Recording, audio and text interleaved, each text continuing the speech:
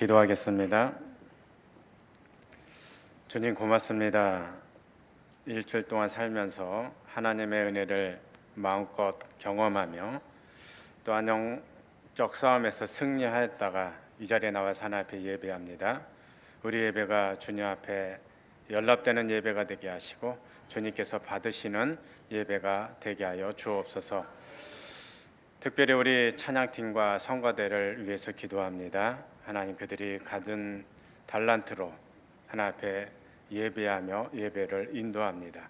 그들에게 건강의 복을 허락하여 주시고 드려지는 찬양 가사 그대로 삶 속에 이루어지는 역사가 이루어지게 하여 주옵소서. 하나님, 그래서 이 예배가 하나님 앞에 더 영적인 예배가 되게 하옵시고 모든 성도들이 은혜 받는 귀한 예배가 되게 하여 주옵소서. 하나님, 찬양 들을 때 우리 성도들의 병이 고침받게 하옵시고 문제가 해결되는 역사도 나타나게 하여 주옵소서. 하나님, 출타 중에 계신 홍 목사님 위해서 기도합니다. 하나님, 이제 북한 선교를 위해서 이제 선교팀을 이끌고 떠납니다. 하나님께서 밟는 곳곳마다 주의 나라가 되게 하옵시고 주의 산지가 되게 하옵시고 또한 그곳에서 들려주신 메시지를 듣고 또 순종호가 믿음으로 나아가기에 부족함이 없도록 인도하여 주옵소서.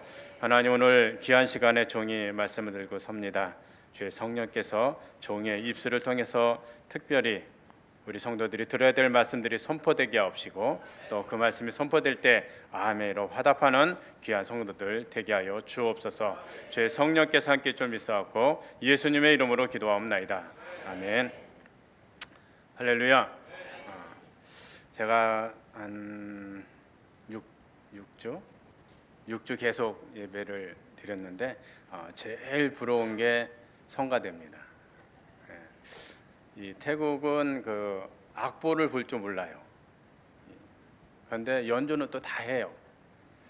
그래서 이렇게 사부 찬양 뭐 이런 거를 할 수가 없어요. 근데 계속 들으면서 야, 저 찬양대를 그대로 우리 태국에다 옮겨놨으면 좋겠다라고. 할렐루야.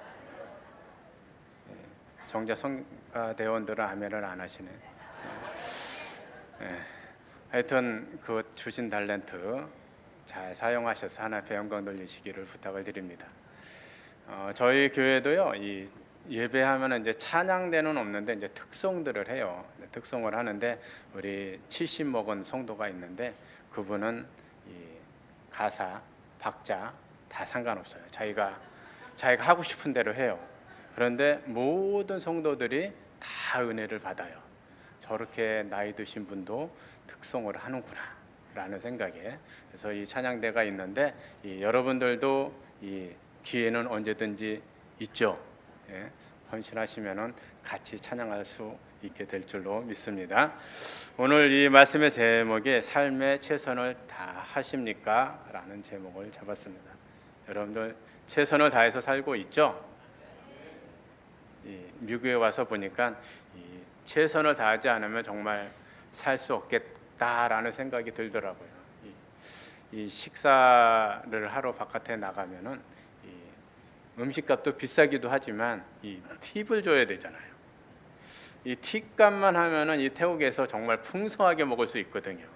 늘 이 본전 생각이 나가지고 이 바깥에 나가서 먹는 게 조금 부담스럽더라고요. 그래서 이런 데서 사시니까 얼마나 대단하십니까?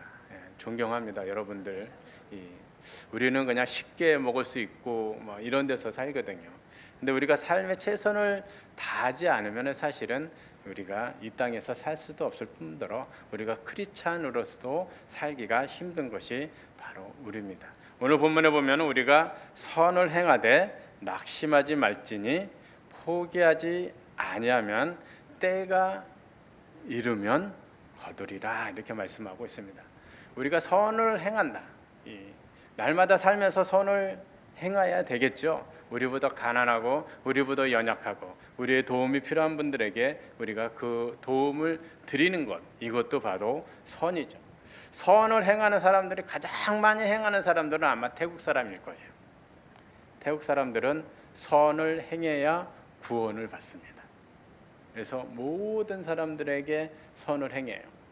어떨 때는 정말 이 무한할 정도로 선을 행해요.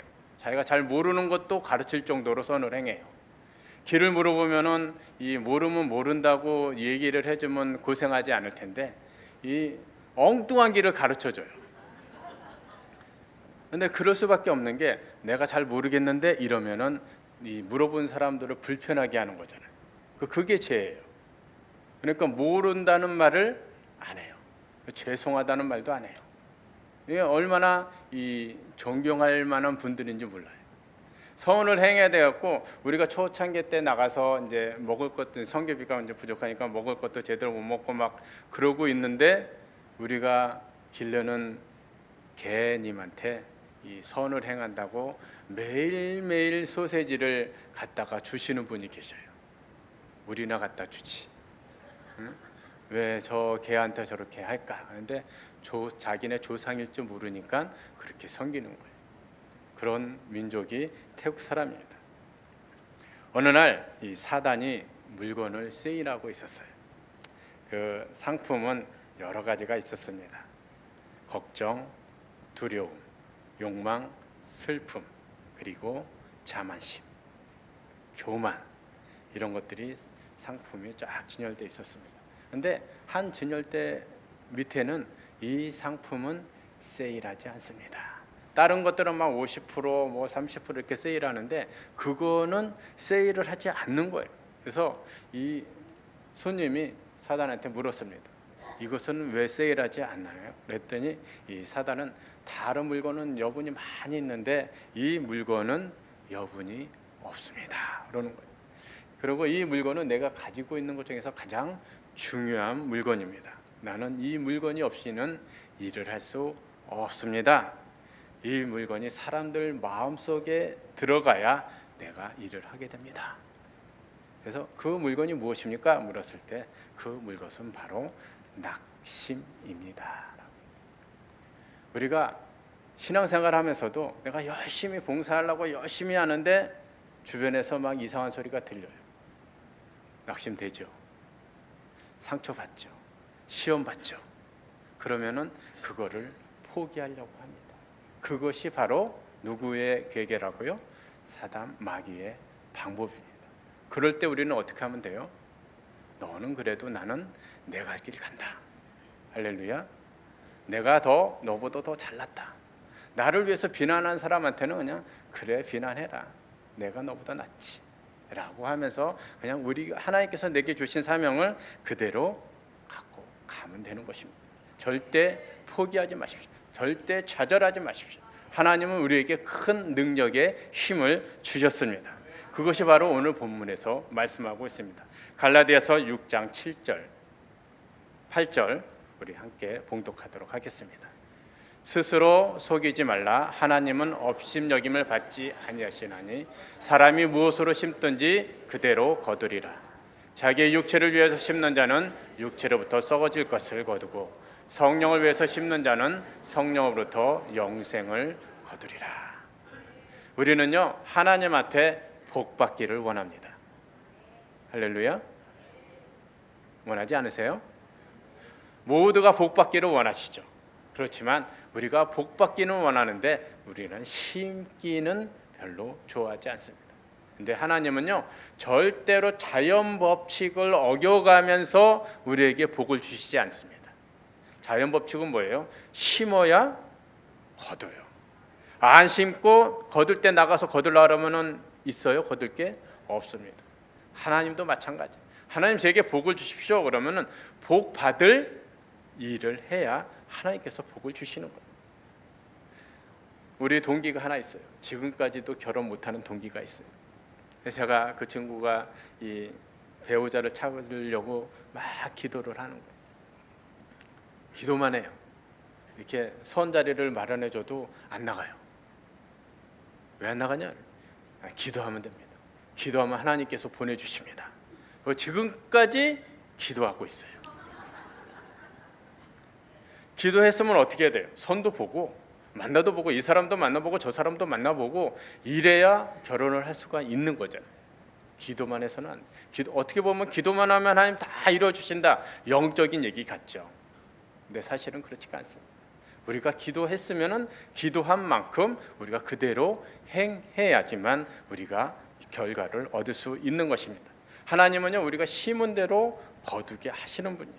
우리는 무엇을 위해서 심어야 되겠습니까? 우리 육신을 위해서 심어야 되겠습니까? 아니면 영을 위해서 심어야 되겠습니까? 우리가 육신을 위해서 심으면은 육신으로부터 육신의 것을 거두고, 영을 위해서 심으면은 우리는 성령으로부터 영생을 거둔다고 말씀하고 있습니다. 그러면서 하시는 말씀이 오늘 본문 말씀입니다. 선을 행하되 낙심하지 말지니라. 누가복음 18장 1절입니다. 항상 기도하고 낙심치 말아야 될 것을 저희에게 비유로 말씀하십니다. 이 본문 말씀은 이 한 도시에 이 불의한 재판장이 있었습니다. 사람을 무시하고 하나님을 두려워하지 않는 그런 자였습니다. 근데 이 마을에 과부 하나가 살았습니다. 이 과부는 불의한 일을 당했어요. 그래서 억울한 일을 당했어요. 이것을 해결해 달라기 위해서 제사장을 찾아갔습니다. 제사장이 들어주겠어요? 사람을 무시하고 하나님을 두려워하지 않는 자기 때문에 과부는 더 무시했을 것입니다. 과부는 포기하지 않았어요. 그 다음날 또 찾아갑니다.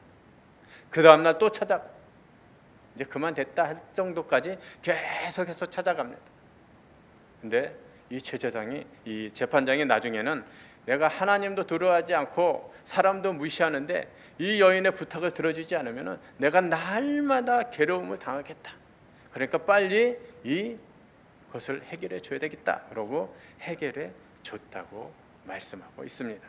그러면서 18장 6절, 주께서 또 이르시되 이 불의한 재판장이 말한 것을 들으라. 7절 다 같이 읽겠습니다. 하물며 하나님께서 그 밤낮 부르짖는 택하신 자들의 원한을 풀어주지 아니하시겠냐? 그들에게 오래 참으시겠느냐? 8절 내가 너에게 이르노니 속히 그 원한을 풀어주리라.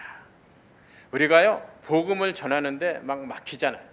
그럼 포기하지 말고 계속해서 그 사람을 찾아가는 거예요. 계속해서 핍박당해도, 맞아도, 조롱을 당해도 계속해서 찾아가요. 그러면은 나중에 마음문이 열린다는 거예요. 그러면서 우리 계속 찾아가되 하나님 앞에 기도하면서 찾아가는 거예요. 하나님, 저 영혼을 구원시킬 수 있는 방법을 내게 알려주십시오.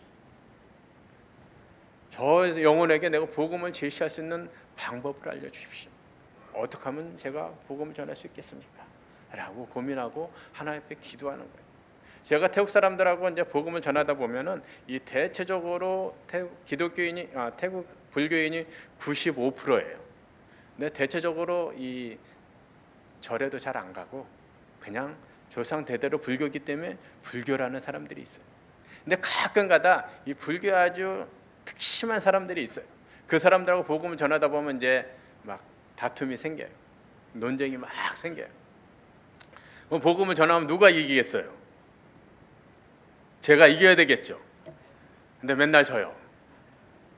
이유는 이 언어 때문에. 언어가, 제가 언어로 이제 뭐 태국어로 설교도 하고 다 일생생활도 다 태국어로 하지만 이 언어가 태국 사람보다 딸리는 거예요. 복음을 전하다 보면은 머릿속에 막 그 한국말이 막 떠오르면서 막 이 얘기를 해라 그러는데 이 태국어 한계가 있으니까 못 하는 거예요. 그러니까 얼마나 답답해요. 막 화가 나는 거예요. 내가 해야 되겠다는 거 다 하고 사는 사람인데 이거에 맨날 지고 있으니까 얼마나 화가 나겠어요. 그래서 하나님 앞에 기도합니다. 하나님, 제가 어떻게 하면 그 영혼에게 복음을 제시하고 어떻게 하면 제가 승리할 수 있겠습니까? 그런데 하나님께서 저에게 지혜를 주셔요. 말을 많이 하지 마라. 간단하게 해라. 그러면서 저에게 주시는 말씀이 예수, 천국, 불신, 지옥. 그래서 제가 그 음성을 딱 듣고 태국 사람들에게 그런 사람들한테 복음을 전할 때는 예수 믿으면 천국이야. 안 믿으면 지옥. 근데 너는 안 믿으니까 지옥 갈 것 같아. 나는 분명히 너한테 얘기했다. 예수 믿으면 천국. 그러고 얼른 그 자리를 떠요. 안 그러면 또 막 또 얘기하면 또 거기에 또 말려들 수가 있잖아요. 이렇게 뜨잖아요. 근데 그 이거를 계속해서 하잖아요. 그러면 어느 날인가 거기에 마음에 감동이 오는 사람들은, 마음에 찔림이 오는 사람들은 다시 와서 찾아와요. 그래서 그 예수에 대해서 물어요. 그럼 그때 자세히 이제 설명을 해주는 거예요. 그 사람이 예수를 믿던 안 믿던 우리가 복음을 선포할 때 마음이 시원해야 되잖아요. 예? 그러니까 뭐 복음 구걸할 필요 없어요. 복음 전할 때, 예수 전할 때 구걸하지 마시고 그냥 딱 두 마디, 예수 천국, 불신 지옥, 그러면 끝입니다. 근데 이 복음을 전하다 보면요, 때로는 조롱과 비난을 당할 때가 많습니다. 태국도 마찬가지예요. 태국은 기독교가 제일 약한 종교예요. 태국에는 제일 강한 종교는 이슬람입니다. 오늘 트리키의 선교사님 이슬람권이죠. 이 이슬람이 제일 강한 종교예요. 그리고 그 다음에 불교, 그 다음에 기독교. 기독교가 제일 처음에 들어갈 때 제일 밑에 계층의 사람들에게 들어갔어요. 그것뿐만 아니라 이 결혼을 하면은 이 이슬람하고 불교인이 결혼하면은 이슬람으로 개종을 해요. 그리고 불교인이랑 기독교인이 결혼을 하면은 기독교인이 개종을 해요. 그래서 제일 약한 종교가 이 기독교예요. 그러니까 그런 복음을 들고 그 땅에 가서 복음을 전하니까 쉽지는 않겠죠. 때에 따라는 조롱도 당합니다. 태국은요, 절이요, 이 우리나라 교회만큼 있어요. 각 마을마다 막 절이 몇 군데씩 있어요. 그래서 복음은 어떤 그 장례식이 있어서 우리 성도가 하늘나라 가서 이제 거기 가서 이제 장례 예배를 인도하는데 믿지 않는 사람이 온 거예요. 한잔 하셨어요. 그분하고 이제 예수에 대해서 얘기를 나누는데 하하 그러면서 비웃더라고요. 하하 그러면서 웃으면서 여기 저 마을에서 이 마을까지 오는데 절이 몇 개 있는 줄 아냐고. 절이 수십 개나 있다고. 기독교 교회 몇 개나 있냐? 한 개밖에, 니네 교회 하나밖에 더 있지 않냐? 누가 더 위대한 종교냐? 라고 얘기를 하는 거예요. 이런 소리를 들었을 때 제가 야, 너는 우물한 개구리구나. 우리나라에 가봐라. 골목 하나에도 교회가 수십 개가 있는 그런 동네도 있다 라고 얘기를 해주려 했다가 그렇게 되면 또 이 다툼이 되잖아요. 네, 나중에 술 깬 다음에 다시 얘기 나누시죠 그러고 그냥 만족이 있어요. 그러니까 그분들은 그렇게 생각을 하는 거예요. 절이 더 많으니까 절이 더 좋은 종교다, 이런 생각. 그래서 우리가 이 복음을 전하다가 이 선을 행하다가 이 남들이 조롱했을 때 그 조롱을 이겨내고 승리한 사람이 누구냐면은 바로 다윗입니다. 다윗은 이 그런 조롱에도 그 이겼기 때문에 골리앗과의 싸움에서 이겨낼 수 있었던 것입니다. 사무엘상 17장 17절 함께 읽겠습니다.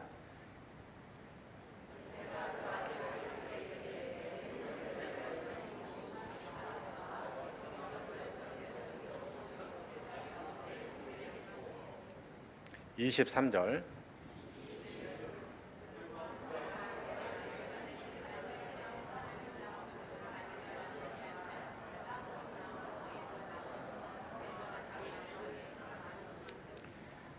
다윗은요, 아버지가 그 먹을 것을 싸서 그 형들이 전쟁터에 있는데 그 형들한테 갖다 줘라.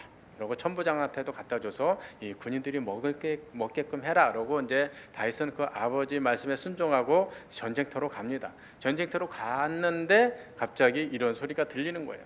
이 23절 그들이 함께 말할 때 마침 블레셋 사람이 싸움을 도두는 가드 사람 골리앗이라 하는 자가 그 항우에 나와서 정과 같은 말을 하며 다윗이 들리니라. 이 예전에 그 전에 그 골리앗이 무슨 말을 했냐 이것이. 블레셋은 어떤 말을 했냐면 너희는 사울의 신복이 아니냐. 너희는 한 사람을 택하여 내게 보내라. 그가 나를 이기면 우리가 너희의 종이 되고 내가 그를 이기면 너희가 우리의 종이 되리라. 이런 말을 한 거예요. 근데 이스라엘 군인들은 심히 두려워했어요. 그리고 그 앞에서 도망했다고 얘기를 합니다.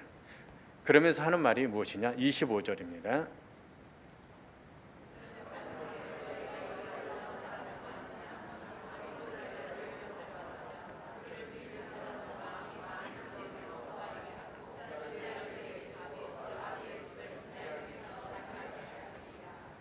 이 들리는 말이 이 골리앗을 이기는 사람한테는 자기 딸도 주고 재산도 주고 뭐 아주 엄청난 대우를 해준다고 합니다.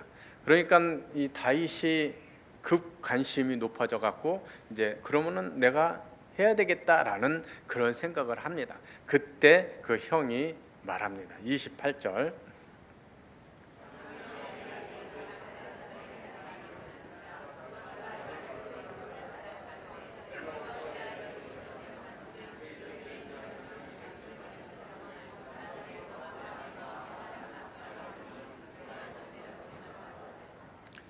이 다윗은 자기 형들의 먹을 것을 갖다 주기 위해서 왔는데 그 형은 그 사기를 떨어뜨리는 말을 합니다.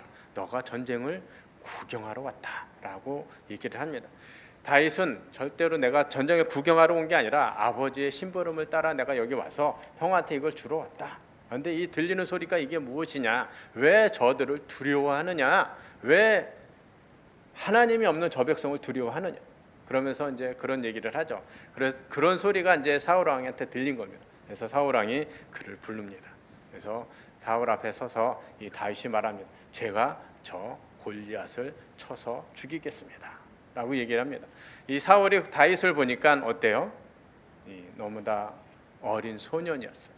그래서 너는 너와 나와서 싸워서 승리할 수가 없어. 왜냐하면 너는 소년이고 저 골리앗은 어렸을 때부터 용사였어. 너는 이길 수가 없다. 얘기했을 때 이 다윗은 얘기합니다. 너는 이길 수 있습니다. 제가 아버지의 양을 칠 때 곰이나 사자가 와서 양의 새끼를 물어가면은 제가 쫓아가서 그 입을 찢고 그것을 죽이고 그 양을 건져왔습니다. 왜냐하면은 하나님께서 여호와께서 나와 함께 하시기 때문입니다. 이 전쟁도 여호와께서 나와 함께 하시기 때문에 제가 어린 소년이긴 하지만 능히 싸워서 이길 수 있습니다. 저를 보내주십시오 라고 얘기를 합니다. 그래서 사울이 보냅니다. 그리고 골리앗과 싸우러 나갑니다. 42절. 그 블레셋 사람이 둘러보다가 다윗을 보고 업신여기니 이는 그가 젊고 붉고 용모가 아름다움이라. 다음이요. 블레셋 사람이 다윗에게 이르되 내가 나를 개로 여기고 막대기를 가지고 내게 나왔느냐 하고 그 신들의 이름으로 다윗을 저주하고. 다윗이 이 전쟁에 나와서 골리앗과 나와서 승리하려고 싸워서 이기려고 하는데 골리앗은 엄청난 큰 사람이었습니다. 그러면서 또 여호와를 멸시하고 다윗을 또 조롱합니다. 야, 네가 나를 이긴다고? 그 모양 갖고 나를 이길 수 있어? 네가 어떻게 봉사해? 네가 어떻게 그 일을 해? 라고 조롱을 합니다. 근데 다윗은 뭐라고 말합니까? 45절입니다.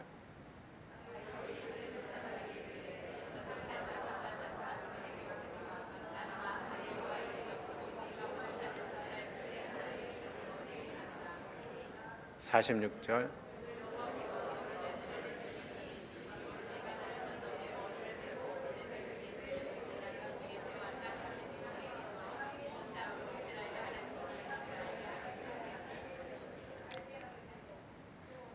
다윗이 이 싸움에서 이길 수 있었던 것은 어떤 조롱과 핍박도 하나님이 나와 함께 하신다는 확신이 있었기 때문입니다.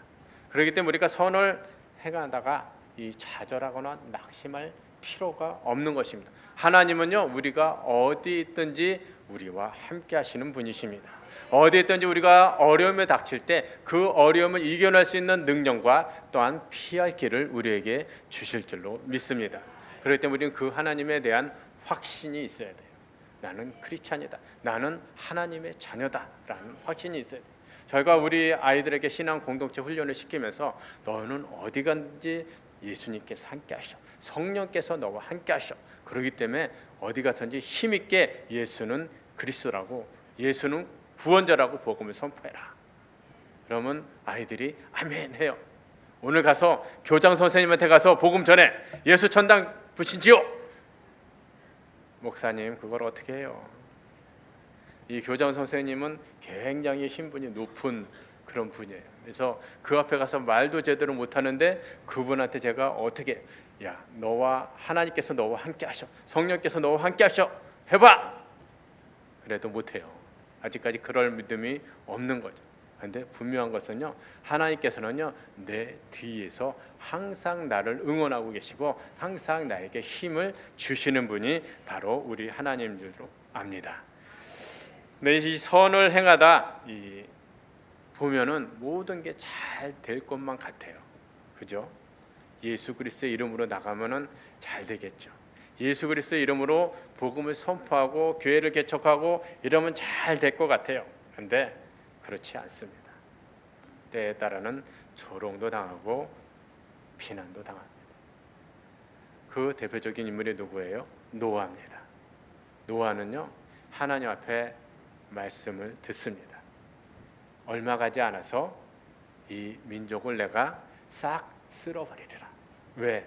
죄악이 너무 상대해서. 생각만 하면 죄악된 일만 생각하기 때문에 더 이상 내가 이 사람들을 그냥 둘 수 없다. 그러니까 너는 산 꼭대기에다가 방주를 지어라. 노아는 몇 년 동안 그걸 졌어요? 120년 동안 졌습니다. 120년 동안 지으면서 그냥 기쁘고 즐겁게 계속 지을 수 있었겠습니까? 내가 사람들이 묻겠죠. 지금 뭐 하고 있어? 저 위에다가 방주를 짓고 있어. 왜? 하나님께서 얼마 안 가서 물로 심판하신대. 하늘을 보면서 야, 지금 아무것도 없는데 무슨 물로 심판하냐? 비가 얼마나 많이 내리면은 이게 다 잠겨서 저 배가 물에 뜰 정도까지 내리겠냐? 그러면서 조롱을 합니다. 조롱만 하겠어요? 핍박도 하고 이제 그만해라 그러고 친척들은 또 말리면서 야 이제 그만해라 그러고 그러지 않겠어요? 그럼에도 불구하고 노아는 거기에 좌절하지 않고 하나님께서 말씀하셨기 때문에 그 말씀에 순종하고 끝까지 가서 나중에는 그 가족만 구원받는 그런 일을 만들었습니다. 우리가요 이 선을 행하다 낙심하지 말아야 돼요. 저도요 태국에서 이제 소수민족 사역을 하다가 이 태국인 교회를 개척해야 되겠다 그래서 태국 본토인 교회를 개척을 합니다. 축구를 통해서 축구 선수들에게 이제 복음을 이제 전하기 시작했습니다. 그런데 이 개척을 해야 되면은 예배당이 있어야 되잖아요. 예배당을 이제 얻어야 되고 예배당을 꾸며야 되려면 이제 비용이 드는데 그때 우리 파송교회에서 저희 선교비를 중단을 했어요. 선교비를 더 보내줘도 모자랄 판에 이 그다음 오는 선교비까지 그냥 중단을 한 거예요. 그래서 제가 하나님 앞에 기도하기를 하나님 이제 하나님께서 나의 주 후원자가 되옵소서. 하나님께서 저의 주 파송교회가 되옵소서. 이제 하나님만 의지하겠습니다 라고 기도했을 때 이 학교 건물을 무료로 사용할 수 있게 됐어요. 무료로 사용하는데 그 무료로 사용한 것뿐만 아니라 전기세, 물세까지도 다 무료로 사용하게 된 거예요. 그래서 그 비용을 그 파송께서 보내는 그 선교비 그만큼 내 비용이 필요한데 그거를 다 무료로 제가 얻게 된 거예요. 이렇게 됐으면 복음을 힘차게 복음을 전하고 막 학생들을 데려다가 막 복음을 전해서 부흥하고 막 이렇게 부흥 성장하는 모습이 막 보여야 되잖아요. 그런데 얼마 가지 않아서 저희가 그 건물을 이쁘게 꾸미고 사용할 수 있게끔 만들어 놨더니 이제 태국 선생님이 와서 자기도 써야 되겠다고 그러는 거예요. 그래갖고 이제 밑에 그 방 하나를 이제 내줬어요. 제가 주인도 아닌데 그냥 내줬어요. 사용하라고. 그랬는데 거기에 들어와서 그냥 사용만 하면 되는데 이 예배 시간만 되면은 막 예배를 못 되게 이렇게 방해를 하는 거. 막 유행가 틀어놓고 막 자기 제자들 불러다가 춤추고 놀고 매주 그러는 거.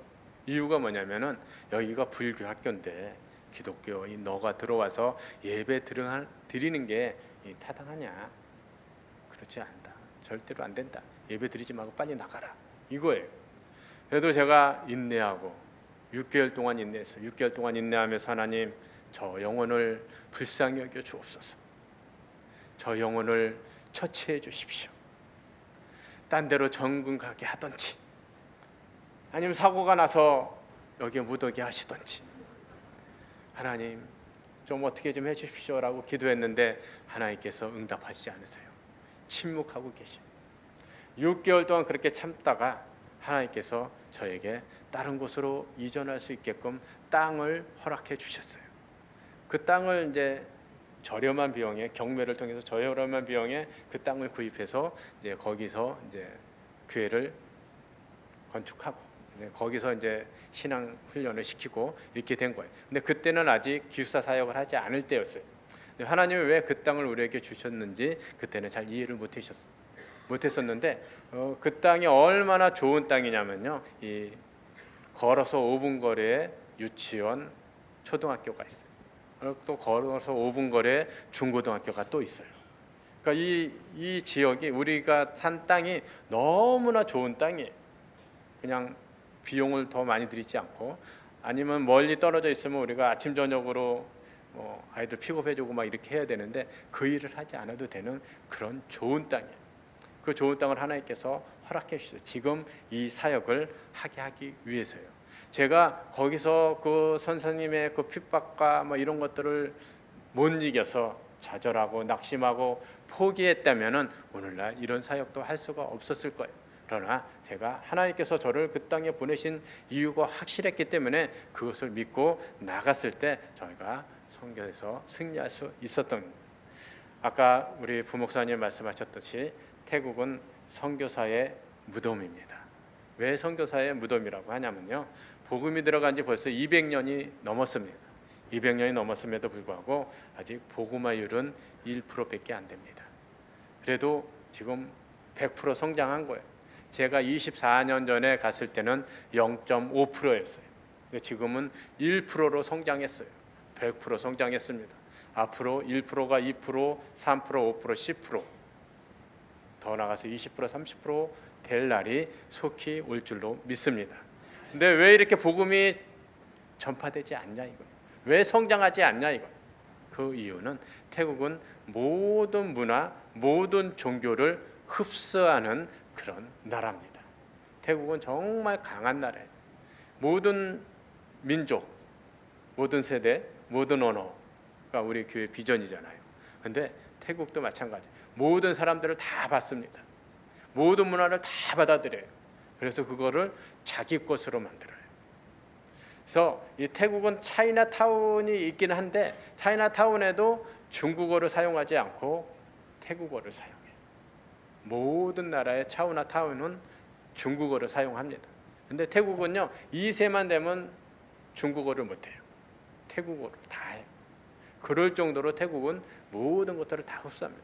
종교도 마찬가지예요. 이종교, 종교도 뭐 다 믿습니다. 예수도 믿어라 그러면 아마 다 예수도 믿을 거예요.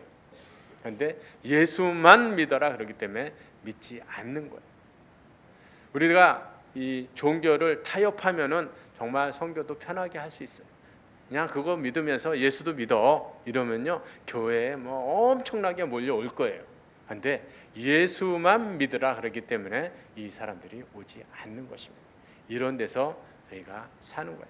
사실 이 오늘 본문 제목을 잡고 이렇게 말씀을 전하는 것도 이 선교제에서 제가 이 좌절을 겪었기 때문에 이거를 잡았습니다. 그래서 PPT 좀 띄워주실래요? 예, 이 들어오기 전에 이제 세례를 줬습니다. 총 9명의 이 학생과 성도들에게 세례를 주려고 이제 예수를 복음을 전해 제시해서 예수를 믿게 하고 예수를 영접하고 영접 기도를 드리고 이제 세례를 받기 위해서 이제 3개월 동안 이제 세례 문답 교육을 시킵니다. 그리고 3개월 후에 이제 시험을 봅니다. 저희는 저희 교회만 그래요. 다른 교회는 그냥 안 그러는데 저희는 시험을 봐서 합격하지 않으면 세례를 안 줍니다. 합격해야만 이제 세례를 주는데 이제 마지막 날이 됐는데 이 성도 2분이 안 나온 거예요. 그래서 제가 전화를 했죠. 전화를 했더니 제 전화가 차단돼 있는 거예요. 3번, 4번 했는데 계속 그냥 신호가 안 가고 뚝뚝 끊기더라고요. 그래서 차단했구나라고 생각을 하고 우리 아내의 전화를 들고 전화를 했습니다. 전화를 받더라고요.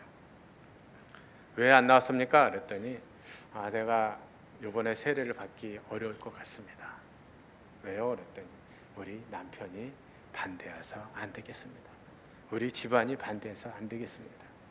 이 태국은요, 이 교회에 가는 거는 반대하지 않아요. 이 2분도요, 이 교회에 올 때는요, 남편이 교회까지 바래다 줘요. 그리고 예배 안 드리고 그냥 남편은 갔다가 예배 끝나면 또 와서 데리고 가요. 근데 이 교회 다니는 거는 허락하는 거예요. 근데 예수 믿는 거는 허락하지 않는 거예요.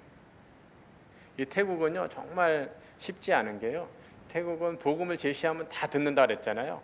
영접기도 시키잖아요. 다 따라해요.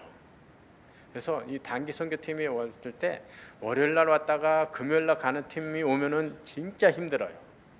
왜냐면 이분들이 나가서 전도를 하잖아요. 하루에 10명씩 전도를 해요. 한 분이 한 10명 오는데 10명씩 전도를 하면 그 10명이 다 영접 기도를 해요. 똑같이 따라서 예수님 믿어? 예 믿어요. 주일날 교회 나올 거야? 예 나가요. 이러고 그러면은 하루에 10명씩 한 사람이 50명 10명이면 몇 명이에요? 500명이잖아요. 선교사님 이번 주에는 교회가 꽉 미어 터질 겁니다. 그러고 가요. 그런데 그 다음 그 주일날 아무도 안 와요. 말만 하는 거예요. 안 간다고 그러면 뭐 하는 거예요? 죄 짓는 거예요.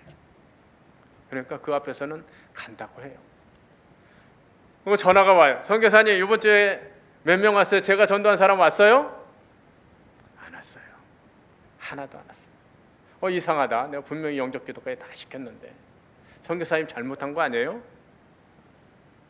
이렇게 생각할 정도로 태국 사람들은 그렇습니다. 전도를 막 해요. 저는 스님한테도 전도를 합니다. 할렐루야. 절에 가서도 전도를 해요. 초창기 때 무식해서. 초창기 때는 막 이 열정이 막 있잖아요. 막 내가 복음을 전하지 않으면 죽을 것 같은 막 이래갖고 막 절에 가서도 막 스님들한테 복음을 막 전하 제시하고 막 이래요. 근데요 이 스님한테도 복음을 제시하면요 잘 들어요. 고개도 끄덕끄덕해요. 그래서 뭐 복음을 전하면서 막 힘이 생겨갖고 야 오늘 스님 하나를 예수 믿는 사람으로 만들겠구나라고 그런 기대에 차갖고 막 복음을 제시해 열정을 내서 복음을 제시합니다. 그리고 이제 마지막 끝날 때쯤 돼서 어떻게 믿겠냐라고 물어보면은 믿어야지. 예수도 믿어. 근데 모든 종교는 다 똑같아. 모든 종교의 구원은 있어. 이러면서 원론적으로는 다시 처음으로 돌아가는 거야. 내가 참 제시했을 때 그러면 반대하지. 30분 동안 쫙 얘기하는데 그때는 잘 듣고 있다가 마지막에 거부하는 거는 뭐야? 이게 태국이에요. 좌절할 수밖에 없죠. 제가 그 두 영혼 때문에 세례를 베풀려고 했던 그 두 영혼 때문에 너무너무 좌절을 많이 했어요. 막 더 이상 어떻게 복음 선교사를 사는 것 자체도 힘들 정도로 그렇게 힘들더라고요. 그런데요 하나님께 저에게 주신 음성이 있어요. 시편 3장 8절.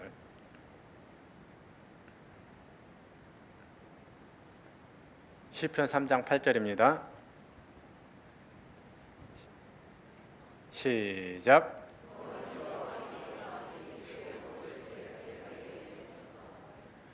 구원은 누구한테 있다고요?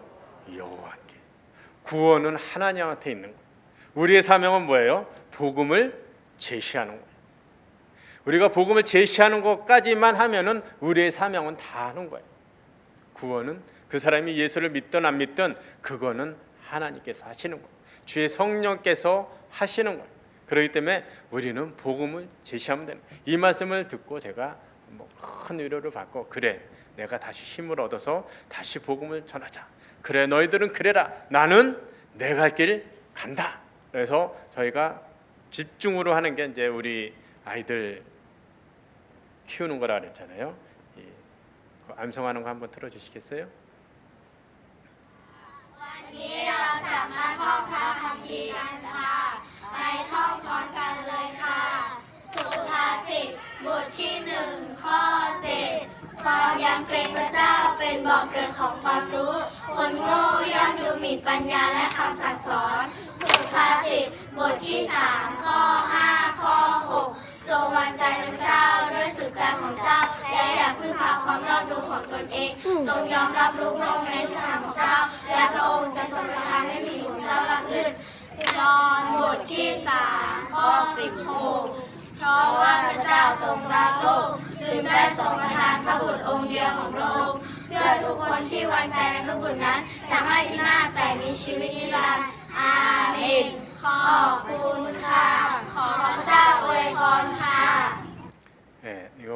아이들이 이제 성경 암송하는 모습이거든요. 박수를 치려면 한 번에 다 같이.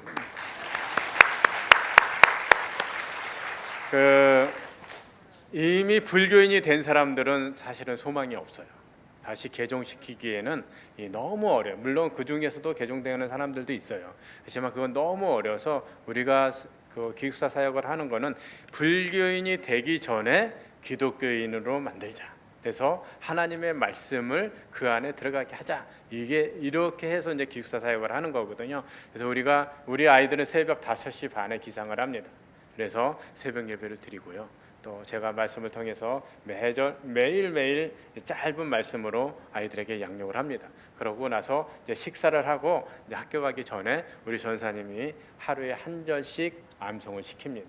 그래서 1일은 한 절, 2일은 어저께랑 오늘 거 2절, 3일은 또 3절 이렇게 하고 쭉 합니다. 그러면 한 달을 외우면 30절을 외우잖아요. 그럼 마지막 주 예배 때는 우리가 다 앞에 나와서 성도들 앞에서 그 암송한 것을 보여줍니다.